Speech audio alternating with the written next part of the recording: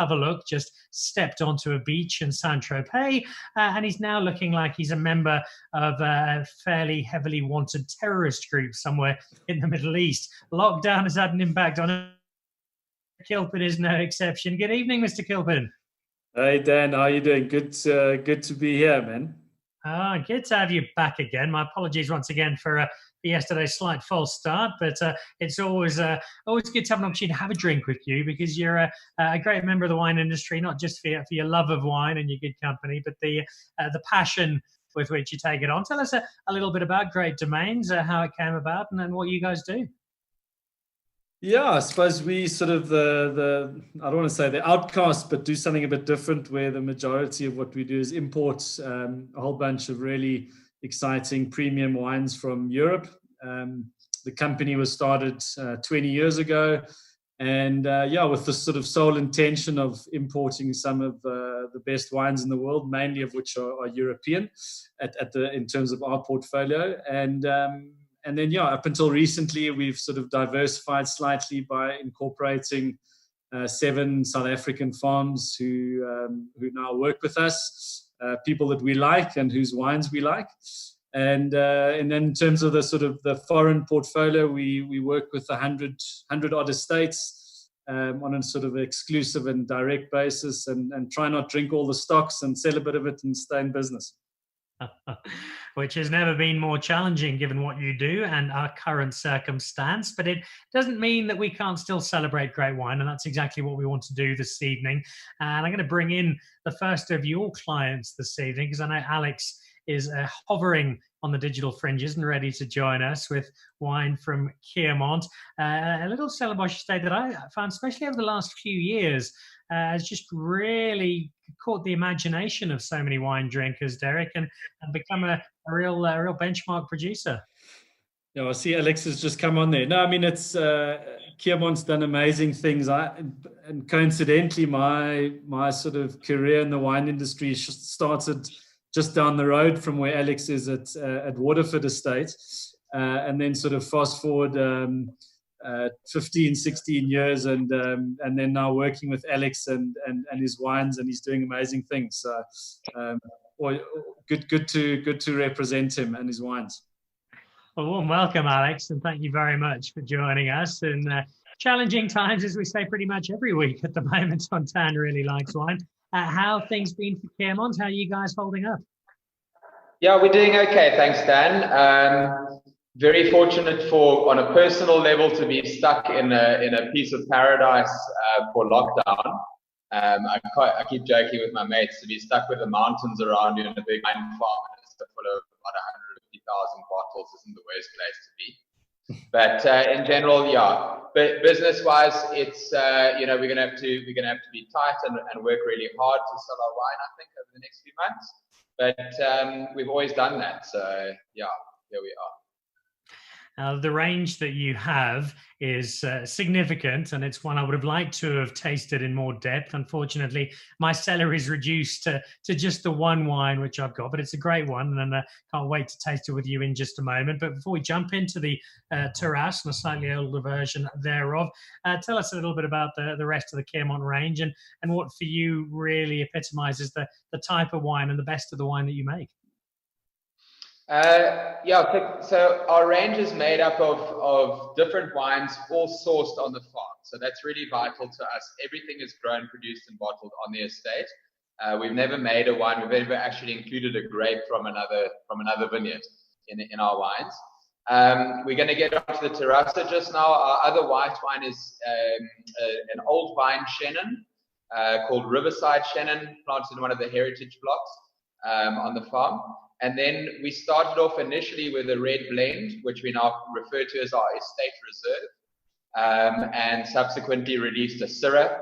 And I personally feel that Syrah is really well, it's very, very well suited to our valley here. There's a lot of good Syrah grown in the valley. Our neighbors make really good examples as well. And then subsequently we released Merlot and Cabernet as varietals too. And then every now and then we'll do a couple of single vineyard wines as well. It's a terrific collection. It's one I've enjoyed in restaurants all over the place, and always had a very, very good response to. But I'm quite happy that the one I've got to drink with you is not just the, I was saying terrasse. Did I hear you say terrassa? Yeah, so in Afrikaans, I stand to be corrected, but the plural for terraces is terrassa. But many people, obviously we export the wine a lot, so many people refer to it as terrace. And in fact, a lot of local people do too. So I always say, as long as you're drinking it, I don't really mind what you call it. Yeah. I have to say, I'm a little surprised that there's a plural there, because having been to Stellenbosch, I always thought there were only one terrace. Which I've nuts at, but so be it. Happy to be drinking this, and I'll show everybody what we've got there. Not just because in itself it's a lovely wine, but it also speaks to a gospel I try and spread, and I have no doubt you will endorse wholeheartedly, Alex, and that's the fact this is a little bit older. This is a 5-year-old white wine, which is about 6 years older than most Johannesburgers would like to drink their white wine. And it's always for me a lovely opportunity, particularly when I've got friends around for dinner who look at you slightly quizzically when you give them an older white wine, and they try and realize how good it is. Here we have the chance with you to explain just why it makes sense to invest some time in your white wine. Yes, just like red wines, I think they really they go through that initial explosion of flavor when you first bottle the wine. But then they start to get to a next level where they start to get these lovely nutty flavors, and the fruit really comes alive in the wine. So they become integrated, possibly a little bit softer on the palate as well, and so very worthwhile. I wouldn't say all white wines, but certainly I think it's underrated in this country that people don't hang on to their wines long enough. Derek, from a sales perspective, from a commercial perspective, I'd love people to keep their better white wine a little longer. How hard is it to convince the people you're selling wine to that you don't have to drink a white wine 7 minutes after it was bottled? No, well, I think the only way to get people's heads around that is to sort of do what we're doing now is actually tasting the stuff. And when you can get exposed to how a wine like this can develop, then you can easily convince someone. But I think in the beginning, there's that mentality of exactly that: drink a wine when it's young, and that's sort of what people are conditioned to doing. And it's just a case of sort of telling people to trust you, and this wine does age and does get better. So it's probably not easy is the short answer, but I do think that as the South African wine drinker probably does get more sophisticated, I think as each year goes by, people are starting to understand that there are merits in sort of some of the better white wine examples and putting them in your cellar to age. So we've got some high-profile people watching us at the moment. Greg Sherwood has checked in from London and is busy watching. Maurice Janssen van Rensburg from down in Durban. Tim Abbott from up in Pretoria. And Charmaine Walters, the semi-professional wine drinker of Unfixed Abode. So thank you guys for all joining in. Let's climb into the wine because I can't hold off any longer, Alex. What exactly is in a terrassa and what makes it so special? So terrassa traditionally is a blend of our white varieties on the farm. We refer to it as our estate blend. Our oldest vineyard on the farm is Chenin Blanc, and initially I made a barrel of the Chenin, and we had planted some Viognier, so I blended those two together. I found that the Viognier was a little bit too powerful, so we scaled back down on the Viognier and started picking it a bit earlier, and we started to include some Chardonnay, which we had planted. And subsequently, we bought a little vineyard, which was right next to the farm, and we consolidated it onto the property, which was an old block of dryland Sauvignon Blanc planted back in 1988. And we initially made a couple of barrels of this, and it was meant to be released as a Blanc Fumé. And I then blended a bit of that into the terrassa, and it really brought a lovely freshness to the wine.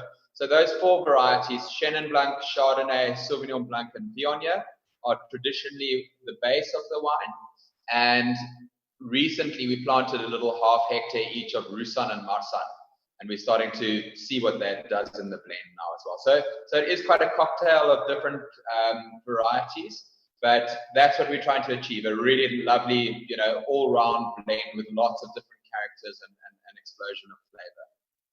Yeah, there's a sense of fun and adventure and experimentation in the very best sense of it to this wine, and I love exploring it, especially as it gets a bit older, because you do learn more about the wine as it ages. Let's give this one a crack, and it already seeing a lovely rich color to that, and a beautifully intoxicating nose. Oh, it's moments like this, Alex, when I get quite perplexed. Because amongst the many mistakes I've made in my life, I married someone who doesn't drink white wine at all. And when I have a glass of something like this, I just shake my head and think, how can you not just love this? Yeah. It really, it's. I find that it's a really wonderful wine. It appeals to so many different people. I've actually yet to, pour it for people and they don't enjoy it. It is one of those wines. It doesn't have to be something which people like a really grassy, green, dry style, or they like a richer, buttery style. It brings all of those different types of styles into the wine. So that has been the aim for us. Dan, can I jump in there? I was just interested, Alex. I've actually forgotten what was the first vintage of this that you made, and has the sort of composition of the blend changed since then quite a bit? Yes, Derek. The initial aim, and to be honest, the wine which sort of caught my attention at the time was from Alex Dale, a wine called Black Rock. They started with a white blend from the Swartland, which was Chenin, Chardonnay, and Viognier. And I thought it was a lovely combination for a blend. So actually, the initial one was just a barrel of Chenin Blanc and Viognier, or one barrel of Viognier, one barrel of Chenin. The next vintage, we included a bit of Chardonnay, and the following vintage, we brought in the Sauvignon Blanc. And then it stayed as those four varieties for quite a few vintages. And now that our Marsanne and Roussanne is starting to mature, we're going to start experimenting literally with like a small dollops of those into the blend as well. Yeah. Well, the market for this, Derek, is this the kind of wine that I love it, but there obviously people have different palates. How well does this go down? No, I think this is one of our all of Alex's wines are fantastic, and they offer different things to different palates. But I think this is certainly for us being the one that's I think growing the most in terms of appreciation, and it probably does sort of sink in with a lot of what's happening in South Africa from broadly a white blend point of view, which I think is probably maybe our strongest category, certainly the Chenin-based blends. And what's nice with the Terrassa is that it's slightly different, that it's not just the normal Chenin-based blends where there's a few other varieties in there which are maybe slightly unusual. So it offers something different, but I think broadly speaking, the structure and the ability to age, and I suppose the deliciousness of the wine, there's so much there for people to sort of get stuck into. So I think it's growing, and the appreciation is growing. We're trying to wean people off just buying a 2021 Sauvignon Blanc, and there's so much more to offer with a wine like this. I think that's actually already available at Dimmersdale if you speak to nice people. You can get hold of it. And it's not something we haven't said before on this show, but the white blend, if you normally just drink, particularly just a Sauvignon Blanc, when we're able to start buying wine again, when you're getting hold of your Great Domains allocation, or you're jumping online at Pick and Pay and then doing a bit of shopping, or heading onto the website down at Quermont, look out for a wine like the Terrassa white blend. I think you'll be very pleasantly surprised by what it can do. Alex, last word from you. Reason to smile, reason to be upbeat, to be cheerful about the wine industry at the moment, because, gee, we need some. Give us one to put a smile on the face for a Friday evening. Cheapers, put me on the spot. Dan, yeah, look, I think, it's times are tough at the moment. I think if anybody's got a nice bottle of older white wine in their collection, go and bang that thing in the freezer, let it get nice and cold tonight. We live in a beautiful country. It's very diverse. We have so much potential here, and so much strength in the people. And I think if we just stand strong, we'll get through all of this tough time and move forward stronger than ever. All right. Well, we'll do so. All the more so with a glass in hand. So we count down until those sales recommence. But until then, keep safe down in Stellenbosch. Thank you very much for joining us this evening. And just as soon as I can get my hands on some more, we'll be broadening our tasting to the rest of the Kearmont range. But for now, Alex, thank you very much for coming along. Cheers, Alex. Thanks, Dan. There we go. It is glorious, and it's a style of wine, Derek, that I think, particularly in a food space, you really only need one decent bottle to introduce to somebody, and you kind of got them hooked. No, but and that's what I say. Like a wine like that, and one's got to talk price. It's not hellishly expensive. Yes, it's not sort of your bargain basement wine that you'll get at a retail outlet, but it's good value. It's great quality. The wine can age. It's different. And as I say, like that's a type of wine, if I pop in a glass for someone that just broadly, let's say, likes wine, there's not much not to like about it. So it's a really nice, I don't want to say, it's a gateway wine where you can put it in a glass and someone can go, hey, what the hell is this? Who makes it? There's not many people that will have that and say, oh, they spit it out, I don't like it. So anyway, it's a really, really cool wine. Which is an appropriate segue into our second wine for this evening, which is also a really cool wine with a really cool winemaker with a really cool beard. So we're trying to keep things as similar as we can this evening. Duncan Savage is our second guest this evening, and one of the young rock star winemakers we have here in South Africa. Before we let Duncan counter your words, Derek, give us the Duncan Savage snapshot and the introduction to our next guest. So this is the drum roll moment. Okay, so we've got a small portfolio of 7 people, and I think it's important to have one really loose cannon in your portfolio, and that is Duncan. So it just provides a bit of excitement, keeps us on our toes. He happens to make some really amazing wines, and it's a whole lot of fun. So that's Duncan. Welcome in. There's a sub conversation going on before we introduce you, Duncan, that was started by Greg Sherwood, who's probably on his 3rd bottle of inexpensive prosecco of the afternoon. Still at lunch. That's how the Welsh operate.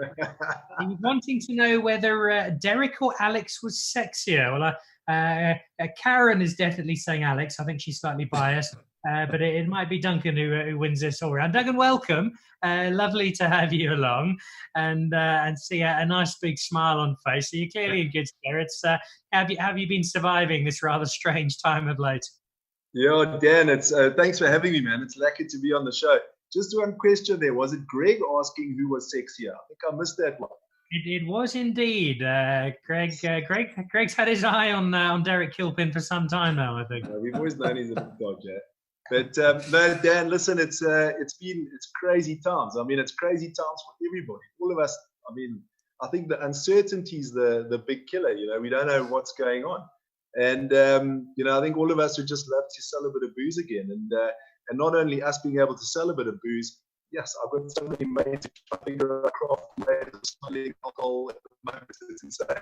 Everyone just wants to get their hands on a bottle of vino and just enjoy themselves in a time that's difficult to do so. You know? So tricky, but we'll see.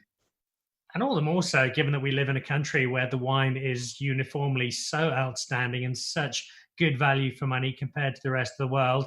And it's an industry you know very well. You have your own brand now, but there's been quite a story.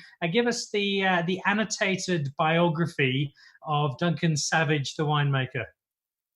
Yeah, look, Dan, it's a fantastic industry. We're so privileged to be in this industry. I mean, we get to work with so many amazing people, travel the world, have a good time.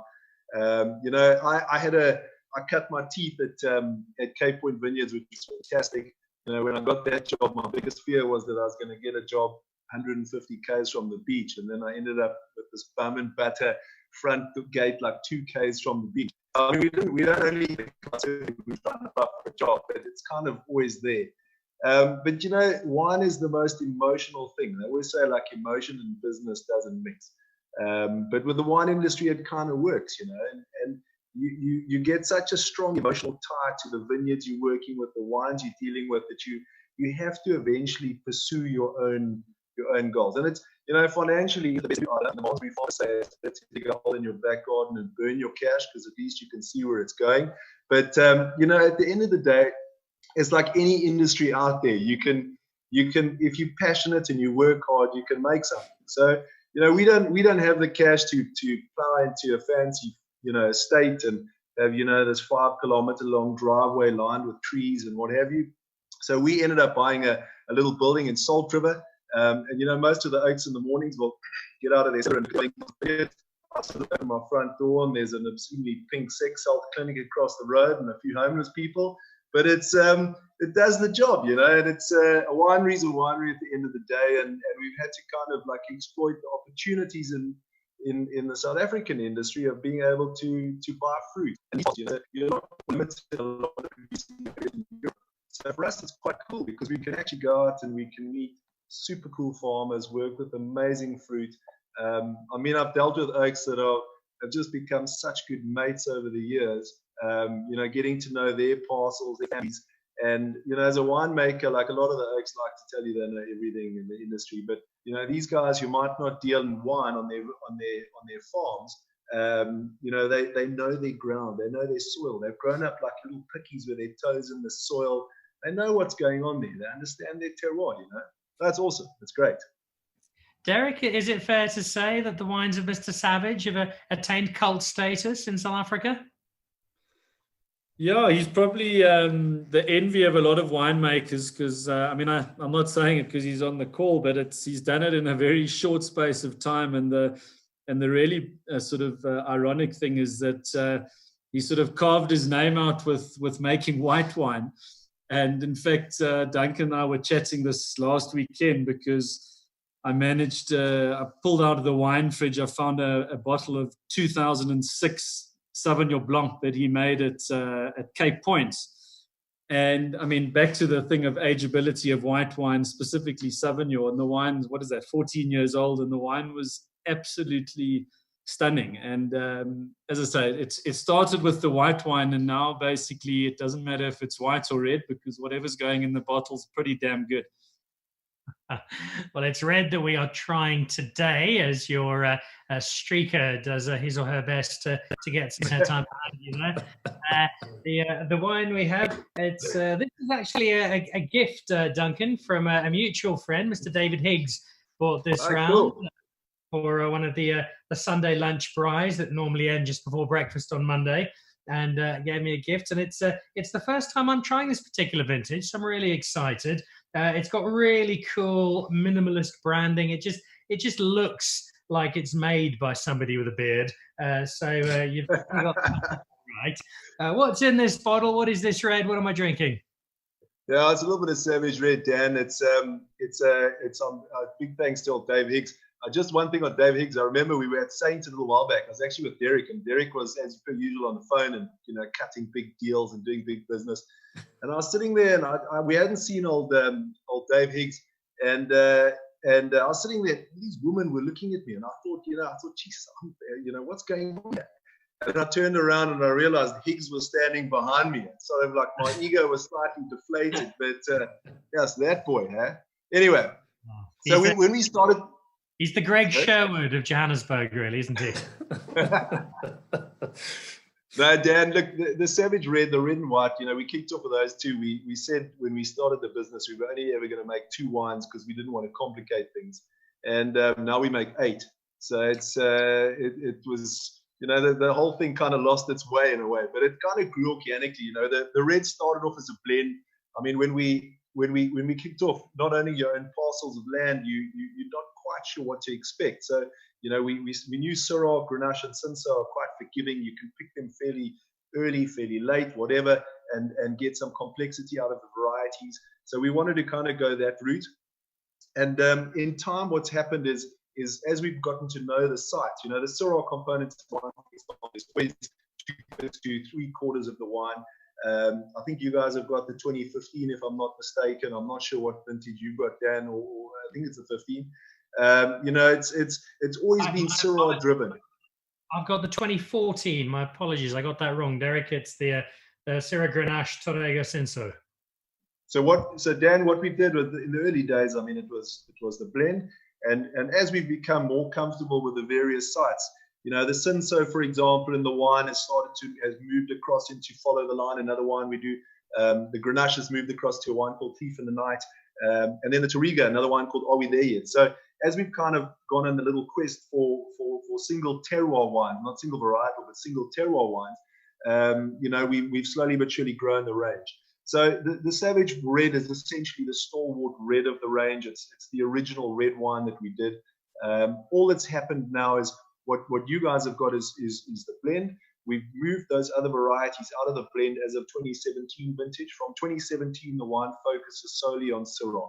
And it's one little pocket in Stellenbosch. It's actually Kale's at a feed, but Stellenbosch rolls a little easier off the tongue. So you know, we've got this awesome little spot there which we lease. We've been farming it for a long time. You know, it's family of my wife's, which is great, and it's awesome. You know, so we're building on it and just trying to get to know the site more and more every year, so we can try and put the best wine possible in the glass. And at the end of the day, it's about trying to mold a style around that vineyard rather than doing it the other way around. I think a lot of guys often have that preconceived idea of a style that they want to achieve, and they try and push it into, you know, the vineyard or the grapes into that sort of style. So we don't want to do that. We want to kind of just try and grow with it over time and see where we can end up. So that's good. All decomposed granite in Stellies with a lot of wind. Derek, we've had a couple of conversations this week with different people in the wine world. One was Greg Sherwood. I asked him a question, and an hour later, when he finished it, he'd spoken about the lighter style of red. We had a similar conversation with Carl Schultz at Hartenberg about his Megan. We're seeing a lot more South African reds that aren't just the big, broad-shouldered Stellenbosch cab-led Bordeaux blend style of wine. We're also showing our own market and the world that as South Africa, we can also make a very different style of red wine that I think just seriously over-delivers, particularly given the price of most of it.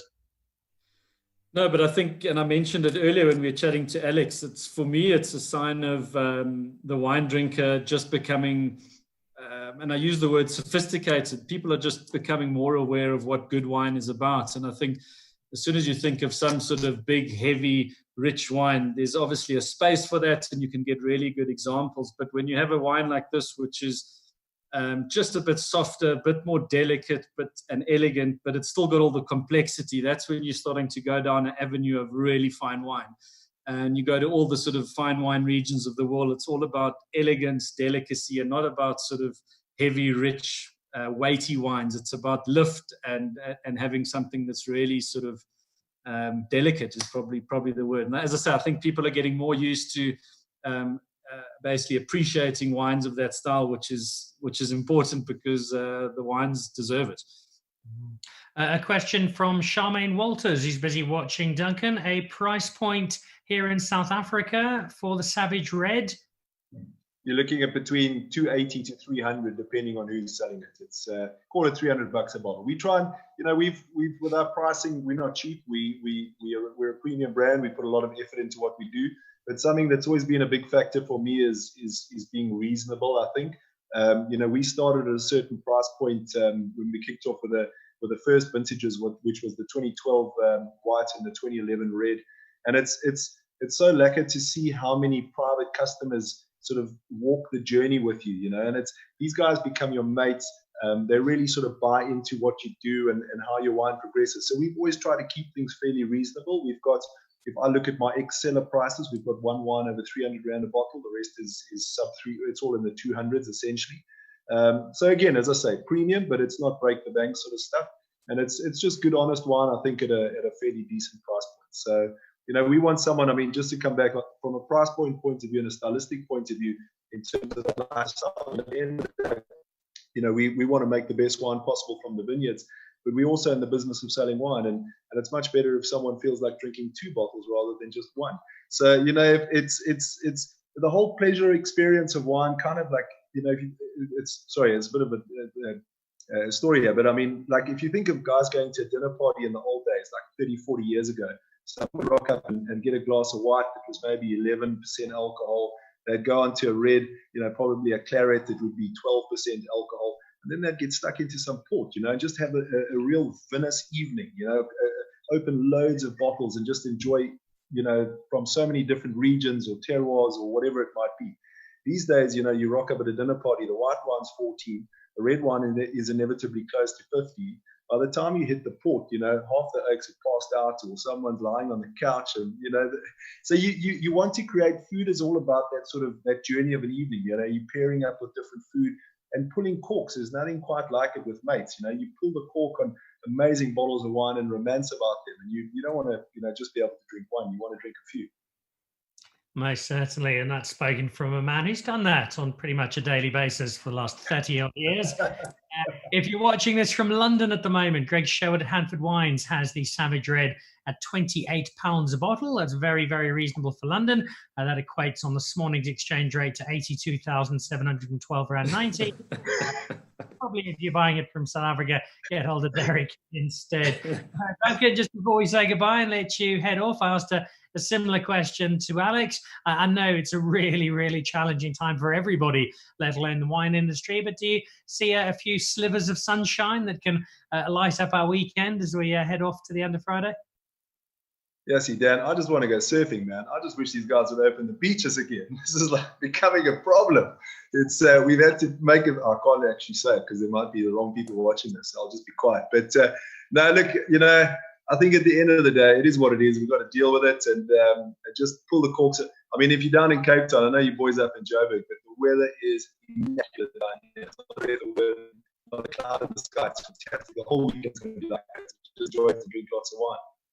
Well, I reckon you, Evan Sardi and Stefanos Rabi will be out on your surfboards at the very, very first opportunity. I leave you before I say goodbye, Duncan, and we wrap up with some rather nice Chateauneuf de Pape with Derek. Just a little warning. Now, you can see both Derek and Duncan have been drinking almost exclusively Sauvignon Blanc through lockdown. It's very acidic, and that's why the bottom of the beard has got that white acidic wine. It's just kind of... just dyed it out a little there. It's a bit of peroxide, I suppose. Duncan, thank you so much for catching up with us, and let's do this again sometime soon. Thanks, Dan. Thanks, Derek. Cheers, guys. Cheers, Duncan. Cheers, bud. So there we go. Duncan Savage off to dream about waves and make some more wine and hopefully sell it very soon indeed. There are a group of guys. I mentioned Ibn Sadi there. I know you do some work with Ibn as well, Derek. But we've got a selection of us South African winemakers who occupy a very specific space where they're reasonably small producers, but they've managed to create such great names based on their own talent, the wine they're making, the terroir they're getting their grapes from, that it's almost become its own category in South African wine. These kind of almost left of center individual rock stars. I think they just add such a rich dimension to our South African wine offering. No, I mean I think it's largely part of the big success that South Africa's probably enjoyed over the last few years. Now, certainly success from a branding and perception point of view, qualitatively in South Africa, and we've got a lot of characters, and I think it's been amazing. All these guys and girls that have been exposing themselves to the rest of what Europe and the rest of the world has to offer, bringing back here.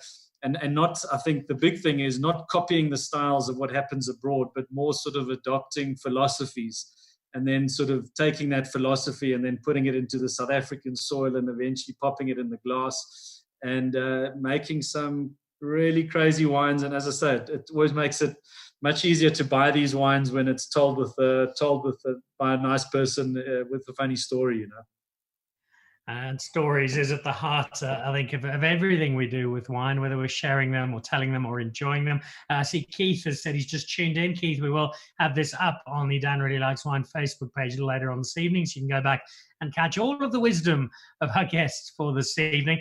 We wrap up with a bit of a rarity for Dan Really Likes Wine. We tend to focus on and celebrate South African wine, and rightfully so, because by some distance, it's the best in the world. But it's nice to see some other little producers starting to come together as a France, for instance. And that's what we're doing here. It's a really big part of your business, and you bring in some sensational wine. I've been lucky to taste some with you over the years. We've had a fair few bottles at Saint and Marble with David Higgs, and the occasional bottle with Greg Sherwood. And there is something, and it's undeniable. As much as we celebrate and love and support and cheer on South African wine, there's just something entrenched in culture about French wine. Yeah, I mean, it's actually almost bizarre because I'm probably one of the more passionate South Africans, and here I am importing wine. So I've got to be quite careful sometimes when I tell someone I import wine, because the first reaction is, why the hell are you importing wine? Our wines are amazing. And this is true. But I think for me, the real sort of exponential increase in quality in South Africa has sort of only happened very recently, which is partly why we've started to work with some of the nice people that we work with. And then, as you say, I think France is probably, for me, the most spoiled country on the planet in terms of its raw material. You just need to name a few of the grapes and you go, where does it come from? Well, it comes from France, whether it's Sauvignon Blanc and Chenin, that's from the Loire Valley. Bordeaux is Bordeaux. Champagne, well, who can imitate Champagne? Then you have Burgundy, the home of Pinot and Chardonnay. They're just totally spoiled. And I think that's a large part of the attraction for us. It doesn't always mean that the wines are necessarily better. Obviously, our job is to try and suss out and find the wines that we think are really special and import them, and they must be different enough to what we can buy here, so that the wine lover can have some diversity in their cellar, which is, I think, what it's about. I love wine. So do I drink South African wine? Of course I do. Do I drink French? Yes, I do, because it's different and I like the variety of flavors and the different stories. So that's why we basically broadly, besides importing French wine, import wine, I suppose. All right. So there's an impassioned plea from Derek not to go stoning his officers and throwing bricks. Just trying to help out the little wine nation that's doing its we got one of those bottles here, and it's got a story which I'll tell you in a moment. This is the Vieux Telegraphe from Châteauneuf-du-Pape, and I think that in itself needs some explanation, because Châteauneuf-du-Pape has become a byword for, ooh, that's amazing French wine, and it's kind of like, what does a bay leaf smell like? We all know, taste like. We all know what a bay leaf is. No one's got a clue what it actually tastes like. Everybody knows, they've heard of Châteauneuf-du-Pape, but what actually is Châteauneuf-du-Pape? Yeah, well, I think it's funny you mentioned that, because it's one of the regions in France that often, to sort of the person maybe getting into wine, that they often get confused with, and they think they're not sure if it's the winery's name or the region's name or the grapes. But it sort of it flows off the tongue quite nicely to say, I drank a Châteauneuf-du-Pape last night, which actually broadly means nothing, because it could have been something that wasn't worth drinking to something that was really amazing. So, I mean, Châteauneuf-du-Pape is, in effect, it's the name of the wine as well as the region. So Châteauneuf-du-Pape being a pretty small region of about just over 3,000 hectares, which is tiny. And then within those 3,000 hectares of, let's say, classified Châteauneuf-du-Pape vineyards, you have around just over 300 producers. So you can have the Dan Nickel version of Châteauneuf-du-Pape, which you probably wouldn't serve to a dog named Stavros. And then you could have another version which you would happily drink with your wife over a fantastic meal. So there's big variances in quality. In terms of the wine itself, and again, there are a lot of people who are really just finding their feet with French wine, and there are probably a number of conversations you and I can have along this subject. But for the entry-level French wine student, is that a particular grape? Is it a style of wine? So yeah, like a lot of France, it's all governed by a whole bunch of rules, which are there for good reason, more often than not, which is, if you farming grapes or vineyards in a particular area, you have to plant specific grape varieties. And the only way they've been able to find that out is over hundreds of years of experimentation that I suppose broadly goes back to Roman times, where wherever the Romans went, they planted grapes. And the varieties that are now in the regions today are the ones that actually survived. So they had the most beneficial sort of history in terms of the grape varieties that you find in these regions are the ones that are suited best. And that's what we're still sort of figuring out in South Africa, because it's still fairly new. We're obviously doing it a lot quicker than I think France would have done back in the day. Well, we certainly are. So Chateauneuf, back to your question. So it's a style of wine that involves a potential blend of up to 13 different grape varieties. And if you include the mutations within those 13s, it's actually up to 20 varieties. So it's quite a complex, potentially quite a complex blend. But most of the Chateauneufs that you will find will be Grenache dominant. So it's I would say, Grenache-based blend with some Syrah, Mourvèdre, and some Cinsault. So those are your four main grapes. But as I say, more often than not, driven by the Grenache grape. And that's what's suited to that area of the south of France. I see Skulk Stapelberg saying that he finds French wine too light in body and blames Stellenbosch for that. This is going to be a light wine given that it does have that Grenache to it. Tell me a little bit about, before we drink this, Vieux Telegraphe, the Domaine du Vieux Telegraphe.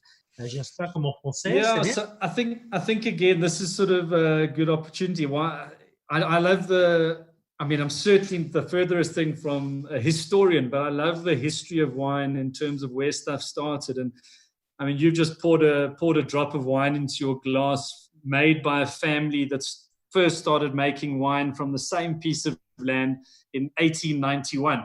And then you just cast your mind back to what was happening in the world in 1891. And that same family is still on that piece of land, and you're drinking it today. And it's the same grapes. That's the part I really, really love about it. 1891, that was the year Skulk Brits captained SA Schools, if I'm not mistaken. Could well have been. No, so Vieux Telegraphe is one of the... yes, we sell the wine and import it, but it really is one of the great names for Chateauneuf du Pape, highly revered, respected, etc. Which is why when we had the technical glitch yesterday, it was quite convenient because it meant that I had to open a second bottle today. So thanks, Dan. What the question was, I was going on a tangent, I think. No problem. So I've got a bottle here of the 2008. What are you drinking there, Derek?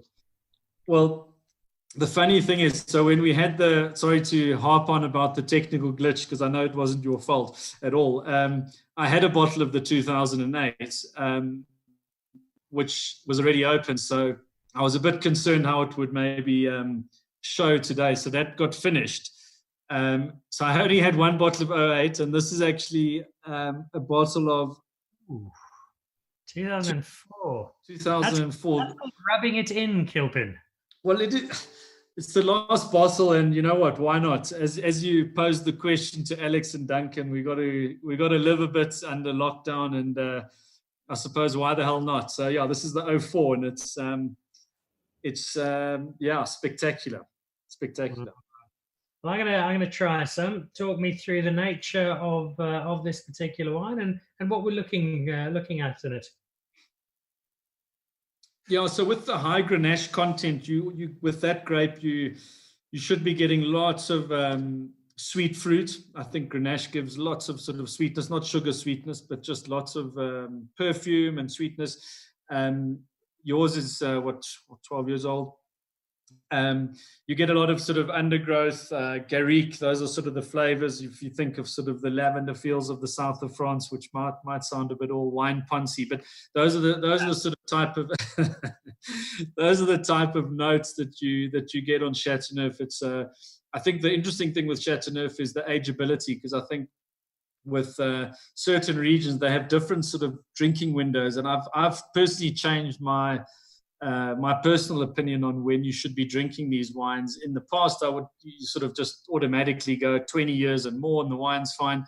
But I think sort of the 10 to 15 year period on good Chateauneuf, with of course exceptions, is a nice time to drink good Chateauneuf. So I think we're broadly in that window now. So I don't know how your 08's going, but the 04 is getting depleted fairly quickly this side. I'm loving it. There's a lovely lightness to it. I'm slightly surprised by the colouring. It's a little rustier than I might have anticipated. Is that to be expected? Well, I think with Grenache being, I mean, you're going to get a lighter colored wine with a Grenache dominant wine, number one, which might link to the rustic notes that you mentioned there. And then also 08, which you've got, was, again, this isn't drubbing it in. 08 was, it was quite a tough vintage in Chateauneuf. Again, like all great estates, they all make good wine in bad vintages generally, and if they don't release it. So that's probably a good wine to drink now. It's probably maybe aged a bit quicker than maybe another vintage like an 09 or 010, which were amazing vintages. 08 was broadly characterized with pretty low tannins, so it was a wine that sort of people recommended to drink 7, maybe even a bit earlier, sort of sub 10 years. So yours is just a bit over that, but I mean, this type of wine should have a nice plateau where you can drink it when it's got to its peak. So I'd actually be interested to know how it's drinking. But the one last night was probably not as good, in fairness, as the one today, but it was still flipping delicious. And we finished the bottle. So yeah, the bottle test. Suspect that might happen here as well. I have decanted it, and it's going down very, very nicely indeed. And there's just a smoothness to it. You might enjoy this, Dan. When I was just made me think of the bottle. So I worked for two bachelors in London, a small fine wine merchant, and really nice guys, quirky guys, obsessed with wine. And when they were deciding, I was just the sort of junior in the office making them tea, and they had their little portfolio of wines. And the one guy, when they were deciding on what wines to import in terms of being part of their portfolio, he had it wasn't even a joke, he had a sort of a strict rule. The wine, if they were going to import it, had to pass the bottle test.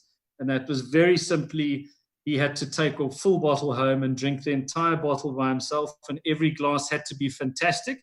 And he had to feel decent the next day. And then he would say, okay, we're importing that wine. So it was the bottle test. So you've probably had to do that a fair few times under lockdown, I'm sure.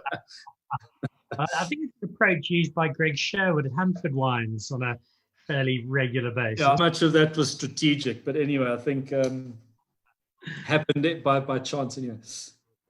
We're almost wrapping up, but I do have one last question from one of our viewers. The semi-professional surfer, Stefanos Rabi, wants to know if the actual year has a bigger influence on European wines compared to the different seasons we have here in South Africa. I think the difficulty in South Africa is that the broad generalizations about vintages are much more difficult here because of our microclimate. So you can say Stellenbosch X, Swartland X, it's probably a bit easier to do it like that. But I think somehow there's a bit more of an acceptance regarding the general vintage quality in the European regions. But I think we're getting closer to sort of understanding vintages here, but I think it's important to have those vintages apply to specific regions, because to say X vintage was amazing in South Africa, if it was an amazing vintage, it probably applies to more regions than normal. So it probably works for a lot of them, but it's not a broad brushstroke where it's all great. And in the last week, I've chatted to a few winemakers, and I asked how was the vintage, and then we were on the Zoom call, 2 winemakers, mates, and one said it's been a disaster, and the one said it's been really tough and difficult, and the other one said it's been amazing, and they're not so far away from each other. So that type of thing with the vintage is really interesting and to I suppose be aware of. We're getting a lot of feedback on that bottle test. Greg Sherwood says it's a 2-bottle test. Angela says, I like the sound of the bottle test. Charmaine Walters says, I like the bottle test. Started a new trend. Before we say goodnight to you for now, and we're going to have you back again soon, and what I'm really hoping we can do, Derek, is bring in some of your international producers to chat to, just because it adds so much to our understanding of wine. I think it is so important to do that as we appreciate and enjoy what we like. Going forward, you speak from a slightly different point of departure to Alex and Duncan. They're the winemakers. You're trying to sell the wine. Is there a reason for Derek Kilpin to be smiling, to look forward to the future, to have at least a glimmer of a smile on the face?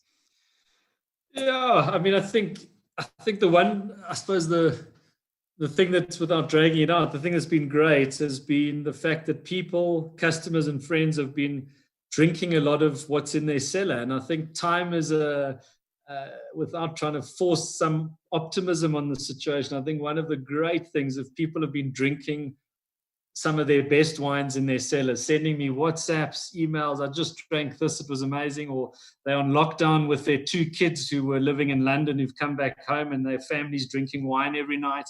So I think that's it's almost happening every day, where I'm getting these people. It's not necessarily selling wine, which I know we need to do, but it's almost the consumption of what you sold previously and seeing what enjoyment people are getting from it, which at the end of the day is, I mean, we're not in the wine industry to make billions. We're here to make a living and have fun. So to see people actually enjoying what they've bought, and they've, let's say, bought stuff that they've trusted your opinion on and things like that, has actually been quite rewarding. So leading into the weekend, I'm going to carry on doing what I've been doing every day, which is drinking wine. And we're going to cross fingers for some form of relaxation on the current laws, which I really hope happen, because the wine industry needs it.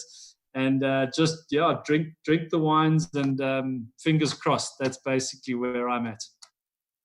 I had a long chat to the multiply aforementioned David Higgs earlier today, who says he cannot wait for that first Greek souvla at the Nickel House. And I know you've been part of one of those in the past, so we'll definitely have you around to join us and share some more stories on wine, both South African and international.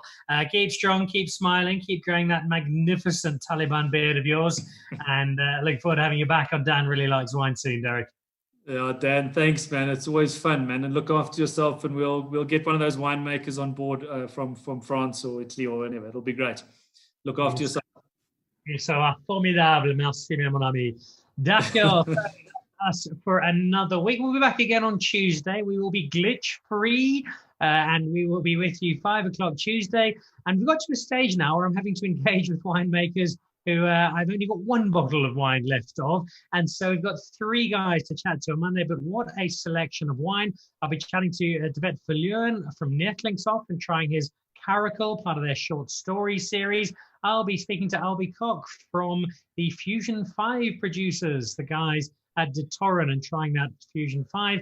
And then there's a brand new winemaker out at Meerlust, and we'll be speaking to him and trying some of that world famous Meerlust Rubicon. Big thank you to everybody tuned in and commented and sent messages out. Big thank you to Alex and to Duncan for joining us as well from Kiermont and from Savage Wines. As I say, there are rumors gathering pace that it's not too long until, at least by e-commerce, we'll be able to get hold of some much needed wine and support a South African industry that's given us so much joy over the years. Have a safe weekend, keep healthy, and we'll see you Tuesday evening. Thanks for joining us. Dan Really Likes Wine with Pick n Pay. Goodbye.